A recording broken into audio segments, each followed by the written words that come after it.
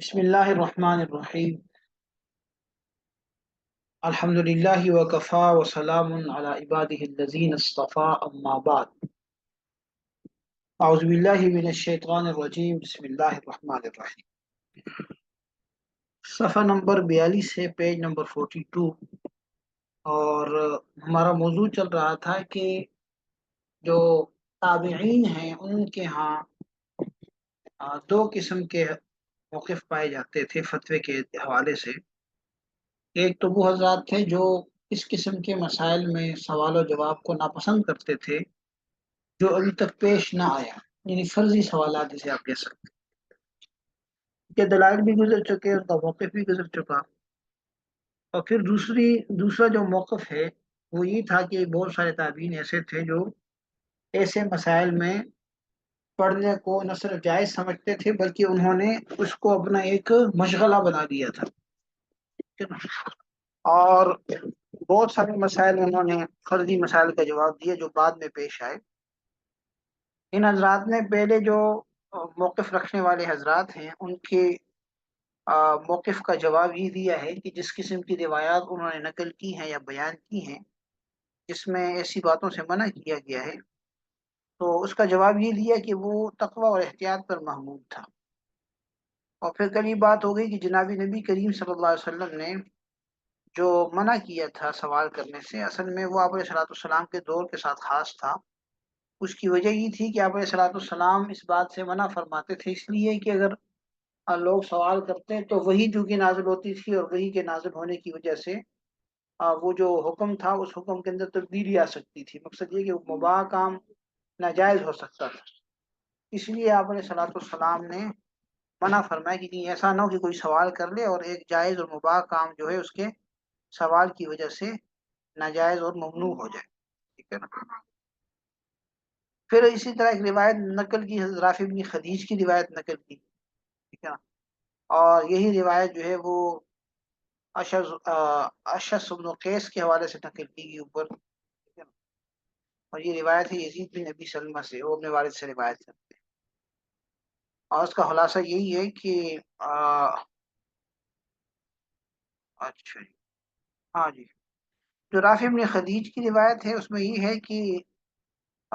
رافع بن خدیج رضی اللہ تعالیٰ عنہ نے جناب نبی کریم صلی اللہ علیہ وسلم سے سوال کیا تھا کہ اگر ہمارا دشمن کے کا سامنا ہو جائے اور ہمارے پاس جانور کو ذبح کرنے کے لیے کوئی چھری وغیرہ کوئی تیز داریدار چیز نہ ہو تو کیا ہم بانس وغیرہ سے ذبح کر سکتے ہیں جانور کو؟ تو اس پہ آپ علیہ الصلوۃ والسلام نے فرمایا کہ ہاں، ہر ایسی چیز جو خون کو بہا دے اور تم نے اللہ کا نام لے کے اس کو ذبح کیا تو وہ حلال ہے، سوائے دانت کے اور ناخن کے، ٹھیک ہے نا؟ تو یہ جو روایت ہے اس کو بطور دلیل کے پیش کیا جاتا ہے نظرات کی جانب سے جو یہ سمجھتے ہیں کہ ایسے مسائل میں پڑھنا، اس میں باس و مباحثہ کرنا، ان کے بارے میں فتویٰ دینا جائز ہے جو ابھی تک پیش نہ آئے ہوں، کیونکہ یہاں پہ بھی حضرت رافع بن خدیج رضی اللہ تعالیٰ عنہ نے جو سوال کیا تھا وہ ابھی تک پیش تو نہیں آیا تھا۔ انہوں نے خود کہا تھا کہ کل کو ہمارے ساتھ ایسا معاملہ پیش آئے تو آپ علیہ الصلوۃ والسلام نے اس کو جواب دیا۔ آپ نے منع نہیں کیا کہ بھائی تم ایسا سوال کیوں کر رہے ہو جو ابھی تک پیش نہیں آیا، ٹھیک ہے؟ تو خود آپ علیہ الصلوۃ والسلام نے اس مسئلے کا جواب دیا، ٹھیک ہے نا؟ اسی طرح ایک اور روایت خطیب بغدادی رحمۃ اللہ تعالی علیہ نے نقل کی ہے، وہ یزید ابن سلمہ روایت کرتے ہیں اپنے والد سے، اور وہ کہتے ہیں کہ ایک آدمی جناب نبی کریم صلی اللہ علیہ وسلم کی مجلس میں کھڑا ہوا، اس نے سوال کیا اور پوچھا کہ اللہ کے رسول آپ ہمیں یہ بتا دیں کہ اگر ہمارے اوپر ایسے حکمران مسلط ہو جائیں جو اپنے حق کا تو ہم سے مطالبہ کریں لیکن ہمیں ہمارا حق نہ دیں،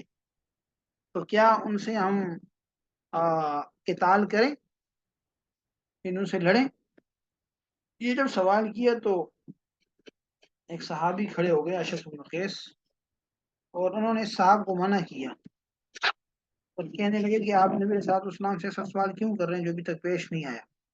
ٹھیک ہے نا؟ اس پہ اس آدمی نے جواب دیا کہ میں آپ علیہ الصلوۃ والسلام سے پوچھوں گا جب تک آپ منع نہیں کریں گے، ٹھیک ہے نا؟ پھر دوبارہ اس نے وہی سوال کیا، تو اس پہ آپ علیہ الصلوۃ والسلام نے اس کو جواب دیا کہ نہیں، تم ان کے ساتھ قتال نہ کرو، بلکہ تمہارے اوپر تو وہ ذمہ داری ہے جو تمہارے اوپر لازم ہے، اور ان کے اوپر وہ ذمہ داری جو ان پر لازم ہے۔ مقصد یہ کہ تمہارے اوپر جو حق ہے تم ان کو ادا کرو نا، وہ اگر آپ کو آپ کا حق نہیں دیتے تو وہ خود اس کے ذمہ دار ہے اللہ کے ہاں، ان سے پوچھو۔ اب یہ جو روایت ہے یہ بہت زیادہ واضح ہے کہ یہاں پہ دیکھیں نا کہ حضرت اشعث بن قیس نے منع کیا نبی صلی اللہ علیہ وسلم کی موجودگی میں، مگر اس کے باوجود اس نے کہا میں سوال کروں گا، آپ علیہ الصلوۃ والسلام نے اس کو جواب بھی دیا، ٹھیک ہے، بغیر کسی کے ناگواری کے اظہار کے، بغیر کسی کراہت کے اظہار کے، تو معلوم ہوا کہ ایسے سوالات کے بارے میں پوچھنا جائز ہے جو ابھی تک پیش نہ آئے ہوں، ٹھیک ہے نا۔ دیکھیں جناب یہ بات اور واضح ہو جائے گی۔ وَكَذَلِكَ وَكَذَلِكَ اسْتَدَلَّ الْخَطِيبُ بِحَدِيثٍ، اسی طرح دلیل پکڑی ہے خطیب بغدادی نے بحدیث یزید بن سلمہ عن ابیہ، یہ جو سند ہے یزید بن سلمہ نبی کی، کہ ان رجلا قام الى رسول اللہ صلی اللہ علیہ وسلم، یا ایک آدمی نبی صلی اللہ علیہ وسلم کے سامنے کھڑا ہوا، فقال، اور کہنے لگا، یا رسول اللہ، اللہ کے رسول، ارائیت، آپ ہمیں بتائیں، لو کان علینا امراء، اگر ہمارے اوپر ایسے عمراء ہوں، ایسے امیر ہوں، ایسے بڑے ہوں، یسألون الحق کا، جو ہم سے حق مانگے، ویمنعون حقنا، اور ہمارا حق ہم سے منع کریں، ہمیں ہمارا حق نہ دیں، فنقاتلہم، کیا ہم ان سے قتال کریں، لڑے، یہ اس نے سوال کیا اس آدمی نے۔ تو فقام الاشعث بن قیس، حضرت اشعث بن قیس کھڑے ہوئے، فقال، اور کہنے لگے، اسأل رسول اللہ صلی اللہ علیہ وسلم عن امر لم يحدث بعد، کہ آپ علیہ نبی علیہ السلام سے اس بارے ایک بات کے بارے میں پوچھ رہے ہیں کہ جو اب تک پیش نہیں آیا، یعنی تمہارے سوال کرنے تک پیش نہیں آیا، تو تم ایسی بات کے بارے میں کیوں سوال کرتے ہو؟ فقال، تو اس پہ اس آدمی نے کہا کہ لأسألنہ، میں ضرور پوچھوں گا آپ سے، حتی یمنعنی، یہاں تک کہ آپ علیہ الصلوۃ والسلام مجھے خود منع کر دیں۔ فقال، پھر وہ آدمی کہنے لگا، دوبارہ سوال کرنے لگا، یا رسول اللہ، اللہ کے رسول، ارائیتا، آپ بتائیں، لو کان علینا امراء، اگر ہمارے اوپر کچھ حکمران ایسے ہوں، یسألون الحق کا، جو ہم سے مانگے حق، ویمنعونا، اور ہمیں ہمارے حق سے روکیں، انقاتلہم، کیا ہم ان سے لڑیں؟ قال، تو اس پہ آپ علیہ الصلوۃ والسلام نے فرمایا کہ لا، کہ نہیں، تم ان سے نہ لڑو، علیکم ما حملتم، تمہارے اوپر وہ ہے جس کا تمہیں پابند کیا گیا، جس کا تمہیں مکلف کیا گیا، وعلیہم ما حملوا، اور ان پر وہ جن کا ان کو پابند کیا گیا۔ مقصد یہ کہ اللہ نے جو حکم تمہارے اوپر رکھے تم اس کے ذمہ دار، تو اپنا حق اپنی طرف سے ادائیگی کر دو، وہ نہیں کرتے تو وہ خود ذمہ دار ہو۔ قال الخطیب رحمہ اللہ تعالی، خطیب بغدادی رحمۃ اللہ علیہ، اس روایت کو نقل کرنے کے بعد کہتے ہیں کہ فلم یمنع رسول اللہ صلی اللہ علیہ وسلم هذا الرجل من مسألتی، نبی صلی اللہ علیہ وسلم نے اس آدمی کو سوال کرنے سے نہیں منع کیا، ولا انکر علیہ، اور نہ آپ نے اس کے اوپر کوئی ناگواری فرمائی، بل اجابہ عنہا من غیر کراہ، بلکہ آپ نے اس کو بغیر کسی کراہت کے جواب دیا۔ وفی الآثار نظائر، اور اسی طرح بہت ساری آثار میں اس کی بہت ساری نظیریں ہیں، کثیرہ لما ذکر، جو ہم نے ذکر کی، مقصد ہے کہ اس طرح کی اور بہت ساری روایات آپ کو مل جائیں گی۔ اب سوال رہا کہ حضرت ابن عمر رضی نے جو کہا تھا کہ حضرت عمر فاروق رضی اللہ تعالیٰ عنہ جو تھے وہ سختی کیا کرتے تھے ایسے سوالات کے جوابات دینے سے، ایسے سوالات کرنے سے جو ابھی تک پیش نہ آئے، ٹھیک ہے نا۔ تو اس کا جواب یہ دیا کہ حضرت عمر فاروق رضی اللہ تعالیٰ عنہ نے جو لعنت کی یا جو انہوں نے منع کیا، تو اس میں یہ احتمال ہے کہ وہ ایسے سوال کرنے سے منع کر رہے ہیں جس کا مقصد سوال نہ ہو، جس کا مقصد کچھ معلوم کرنا نہ ہو، بلکہ اس کا مقصد کیا ہو، یعنی تعنت اور مغالطہ ہو۔ تعنت کا معنی کہ اپنی ضد نکالنا یا اگلے کو غلطی میں ڈال دینا، جیسے بعض لوگوں کو شوق ہوتا ہے کہ بھئی کسی سے سوال پوچھیں تاکہ اس کی علمی سطح کو چیک کرے اور اس کو غلط کر دے، تو اس قسم کے سوالات جو ہیں اس سے مقصد تھا منع کرنا، ٹھیک ہے نا۔ نہیں کہ جو آدمی کوئی تفقع کے طور پہ یا کوئی فائدے کے طور پہ کوئی سوال کرے، اس سے منع کرنا مقصود نہیں تھا۔ اور اس کی ایک اور مثال بھی حضرت عمر فاروق کے دور میں ہی موجود ہے کہ ایک آدمی تھا سبیغ ابن عسد، یہ لوگوں سے مشکلات القرآن کے بارے میں سوالات کیا کرتا تھا،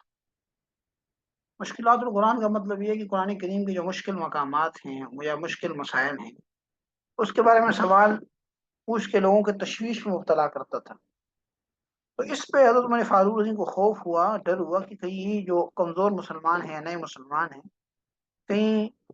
ان کو فتنے اور آزمائش میں نہ ڈال دے کہ ان کے دلوں میں شکوک و شبہات پیدا کر دے گا۔ تو آپ نے اس کو جلاوطن کر دیا، اس کا جو بیت المال سے وظیفہ وغیرہ تھا وہ بند کر دیا تھا، ٹھیک ہے۔ تو مقصد یہ تھا کہ یہ سوالات تو اس کا مقصد نہیں ہے، تو کمزور اور نئے آنے والے مسلمانوں کو شکوک و شبہات میں ڈال دے گا تو ان کی ایمان خطرے میں پڑ جائے گا، ٹھیک ہے نا، ورنہ نص سوال کو منع کرنا مقصود نہیں تھا۔ واما تحریج عمر فی السؤال، رہا حضرت عمر فاروق رضی اللہ تعالیٰ عنہ کا سوال کے اندر سختی کرنا، اما لم یکن، ایسی چیز کے بارے میں جو پیش نہ آیا ہو، ولعنہ من فعل ذلك، اسی طرح آپ کا لعن کرنا جو اس طرح کرے، فیحتمل ان یکون قصد به السؤال، تو یعنی اس میں احتمال ہے کہ ان کا مقصد سوال سے کیا، ولا سبیل التعنت والمغالطہ، وہ سوال ہو جس کا مقصد تعنت اور مغالطے کے طور پر ہو۔ تعنت کا معنی ضد بازی کرنا، کسی کو ضد بازی میں پھنسانے کے لیے یا اس کو زج کرنے کے لیے سوال کیا جائے، یا کسی کو غلط قرار دینے کے لیے سوال کیا جائے کہ اس کو کوئی معلوم ہی نہیں، پتہ نہیں۔ تو اس قسم کے جو سوالات تھے اس سے منع کرنا مقصود تھا، لا علی سبیل التفقہ، ان سوالات سے منع کرنا مقصود نہیں تھا جس کا مقصد تفقہ ہو، ٹھیک ہے نا جی، یعنی فقہ حاصل کرنا ہو، ابتغاء الفائدہ، اور فائدہ حاصل کرنا۔ ولہذا ضرب صبیغ بن عسل ونفاہ، یہی وجہ ہے کہ حضرت عمر فاروق رضی اللہ تعالیٰ عنہ نے صبیغ ابن عسل کو مارا، ونفاہ، اس کو جلا وطن کر دیا، وحرمہ رزقہ وعطاءہ، اور اس کے رزق اور عطا کو، جو اس کو بیت المال سے وظیفہ ملتا تھا، اس کو اس سے محروم کر دیا۔ یہ کب کیا حضرت عمر فاروق رضی اللہ تعالیٰ عنہ نے؟ لما سأل عن حروف میں مشکل القرآن، جب صبیغ ابن عسل نے سوالات شروع کر دیے مشکلات کے قرآن کے بارے میں، جو حروف ہیں مشکلات کے قرآن کے، اس کے سوالات کر دیے، یعنی لوگوں سے سوالات کرتا تھا، تشویش میں ڈالتا تھا۔ فخشی عمر یکون قصد بھی، تو حضرت عمر رضی کو خوف ہوا کہ اس کا مقصد جو ہے اپنے سوال کرنے سے ضعفاء المسلمین فی العلم، وہ علم میں جو کمزور مسلمان ہیں وہ ہیں، لیوقع فی قلوبہم التشکیک والترغیب بتحریف القرآن، تاکہ وہ لوگوں کے دلوں میں شکوک شبہات پیدا کر دے، گمراہی پیدا کر دے تحریف قرآن کے بارے میں۔ النہج التنزیل، جو قرآن کریم کا اصل نہج ہے نازل ہونے کا، مقصد یہ ہے کہ وہی یہ لوگوں کے ذہن میں تشویش ڈالے گا اور لوگ سمجھیں کہ قرآن کریم کے اندر تحریف ہوئی ہے، تبدیلی ہوئی ہے۔ تو اس وجہ سے حضرت عمر فاروق رضی اللہ تعالیٰ عنہ نے اس کو نہ صرف منع کیا بلکہ اس کو سزا بھی دی۔ مقصد اس کا کیا ہے کہ لوگوں کے کو گمراہ کرے گا، وہ صرف ہی ان ثواب القول فیہ لا فاسد التاویل، اور اس کا پھیرنا صحیح بات سے فاسد تعویل کی جانب، قرآن کریم کے اندر یہ فاسد تعویلات لوگ شروع کر دیں گے، صحیح معنی مطلوب رہ جائے گا۔ تو مقصد یہ تھا کہ اس کا مقصد جو تھا وہ سوال کرنا نہیں تھا بلکہ لوگوں کو مغالطے میں ڈالنا اور ان کے عقیدے کو خراب کرنا تھا۔ ومثل هذا قد ورد عن رسول اللہ صلی اللہ علیہ وسلم النہی عنہ والذم لفاعلہ، اور اس قسم کی جو ممانعت ہے وہ خود نبی علیہ الصلوۃ والسلام سے بھی منقول ہے کہ آپ نے اس سے منع فرمایا اور ایسا کرنے والے کو کی مذمت بھی فرمائی۔ ثم اخرج الخطیب حدیث معاویہ رضی اللہ عنہ، اس کی جو دلیل ایک اور روایت جو حضرت معاویہ رضی اللہ تعالیٰ عنہ سے منقول ہے، اس کو خطیب بغدادی نے نقل کیا ہے کہ نبی صلی اللہ علیہ وسلم نہا عن الاغلوطات، کہ نبی علیہ الصلوۃ والسلام نے اغلوطات سے منع کیا، ٹھیک ہے۔ اغلوطات کا معنی کیا ہے؟ والاغلوطات، اور اغلوطات کیا ہیں جی؟ ما لا يحتاج من کیف و کیفا، ایسے سوالات جس کی حاجت نہ ہو، بھئی کیسے کیسے کیوں کیسے، اس قسم جو سوالات ہو۔ تو ایک تو روایت یہ ہوگی کہ نہا عن الاغلوطات، کہ آپ نے اغلوطات سے کیا کیا، منع فرمایا۔ وہ حدیث ثوبان رضی اللہ تعالی عنہ عن رسول اللہ صلی اللہ علیہ وسلم، اسی طرح ثوبان رضی اللہ تعالیٰ عنہ کی حدیث ہے کہ آپ صلی اللہ علیہ وسلم نے فرمایا کہ سیکون اقوام من امتی، ان قریب کچھ لوگ میری امت میں ایسا پیدا ہوں گے، یغلطون فقہاءہم بعزم المسائل، کہ جو مغالطہ دیں گے اس کے فقہا کو مشکل مسائل کے ساتھ، اولئک شرار امتی، ایسے لوگ میری امت کے شریر ترین لوگ۔ مقصد یہ ہے کہ بھئی ان کا مقصد تو کوئی مسئلہ یا فائدہ ہے نہیں، مقصد کیا ہے؟ فقہا کو غلط قرار دینا، ان سے غلطی کروانا، ان کو تنگ کرنا، ٹھیک ہے نا جی؟ فرمایا کہ یہ کیا ہے؟ امت کے شریر ترین لوگ۔ واخرج عن الحسن البصری رحمہ اللہ تعالی قال، اور اسی طرح حسن بصری سے ایک روایت نقل کی ہے، انہوں نے اس تخریج کی، فرمایا کہ شرار عباد اللہ، کہ اللہ تعالیٰ کے بدترین بندے ینتقون شرار المسائل، کہ وہ شر والے مسئلوں کو چنتے ہیں، یعمون بها عباد اللہ، اس سے اللہ کے بندوں کو گمراہ کر، اندھا کر، مقصد اس قسم کے مسائل کو لے کے اس کو پھیلاتے ہیں، لوگوں میں تشویش اور سنسنی پیدا کرتے ہیں۔ مقال خطیب رحمہ اللہ تعالی، تو یہ وہ لوگوں کو منع کیا گیا تھا اس مسائل سے جو یہ کام کرتے ہیں، عام سوال جو فائدے کے لیے ہو، تفقہ کے لیے، اس سے منع نہیں۔ تو مقال خطیب رحمہ اللہ تعالی، پھر خطیب رحمۃ اللہ نے فرمایا کہ وقد روی عن عمر بن الخطاب رضی اللہ تعالی عنہ وعن علی بن ابی طالب وغیرها من الصحابہ، اور چنانچہ یہ منقول ہے حضرت عمر بن خطاب سے بھی، حضرت علی بن ابی طالب سے، اس کے علاوہ اور بھی صحابہ سے، کہ انہم تکلموا فی احکام الحوادث قبل نزولها، کہ انہوں نے حوادث کے احکام کے بارے میں بحث کی اس کے آنے سے پہلے، یعنی ان حضرات نے بھی ایسے مسائل جو ابھی پیش نہیں آئے تھے، پیش آنے والے تھے، ٹھیک ہے نا جی، تو ان کے بارے میں بات کی تھی، ان کے بارے میں کلام کی، چنانچہ وتناظروا فی علم الفرائض والمواريث، اور انہوں نے مناظرہ کیا، غور و فکر کیا ان میں فرائض اور میراث کے اندر، وتبعهم على هذه السبيل التابعون، اور اسی راستے پر، اسی طریقے پر تابعین نے بھی ان کی اتباع کی، ومن بعد من فقہاء الامصار، اور اسی طرح ان کے بعد جو لوگ آئے مختلف شہروں کے فقہا نے، فکان ذلك اجماع منهم، تو گویا کہ ان کی طرف سے ایک طرف اتفاق تھا، الا انه جائز غیر مکروہ، یہ کام کرنا جائز ہے، مکروہ کوئی نہیں ہے، اور مباح غیر محظور، اور مباح ہے، کوئی ممنوع نہیں ہے، یعنی یہ کام جو ہے صحابہ نے کیا کہ وہ آنے پیش آنے والے مسئلے جب تک پیش نہیں آئے ان کے بارے میں بات چیت کی، چنانچہ میراث کے مسائل وغیرہ یہ آپ دیکھ سکتے ہیں۔ اور اب رہا وہ حدیث جو حضرت زید بن ثابت سے حضرت ابی بن کعب سے منقول ہے، واما حدیث زید بن ثابت و ابی بن کعب، رہی حدیث حضرت زید بن ثابت والی اور ابی بن کعب والی، اسی طرح عمار بن یاسر رضی اللہ عنہ، یہ ساری جو حدیث ہیں جس میں منع کیا گیا تھا، فإنه محمول على أنهم توقعوا القول برأيهم خوفا من الظلم، تو اس بات پر محمول ہے کہ وہ لوگ اپنی رائے سے بات کرنے سے کیا کرتے تھے؟ بچتے تھے، خوف من الظلم، غلطی کے خوف سے، یعنی حضرات جو ہے فتویٰ نہیں دیتے تھے، یہ ان کی احتیاط اور تقوی تھی کہ بھئی وہ کوئی اپنی رائے دیں جس سے غلطی ہو جائے،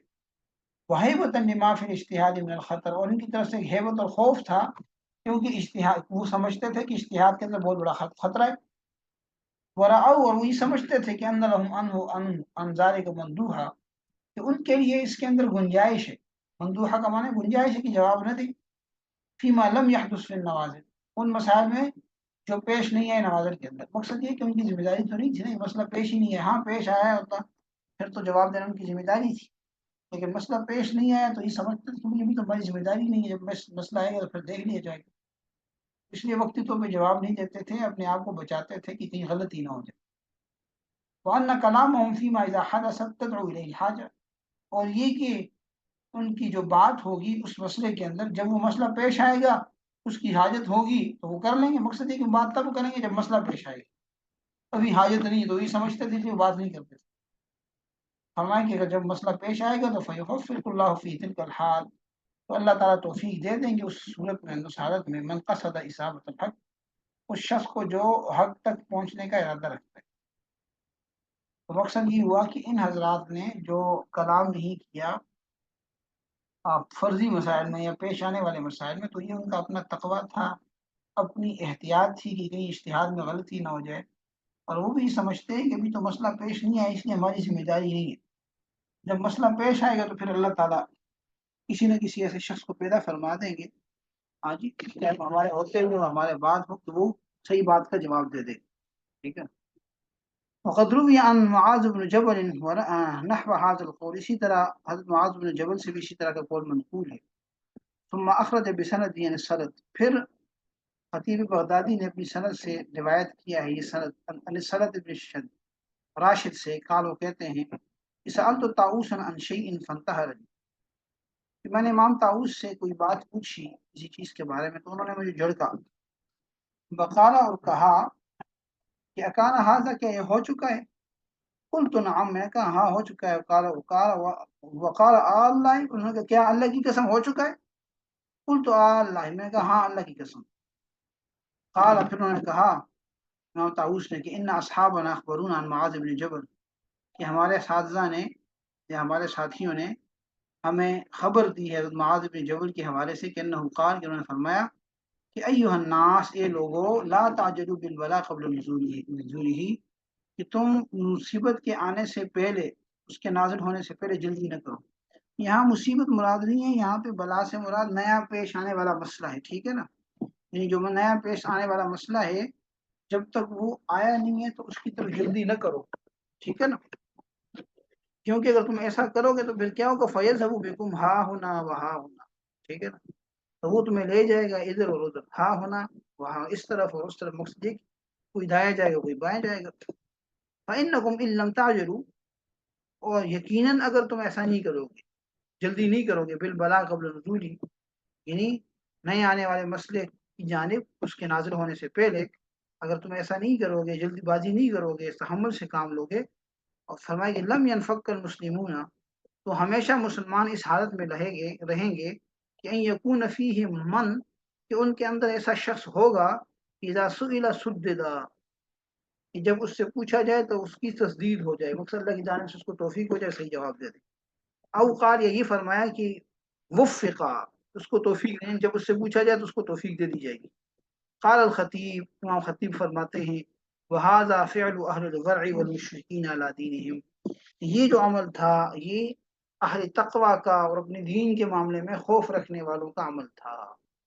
تو بہرحال ان دونوں مباحث کا خلاصہ یہ ہوا کہ تابعین کے اندر ایک بڑا طبقہ وہ تھا جو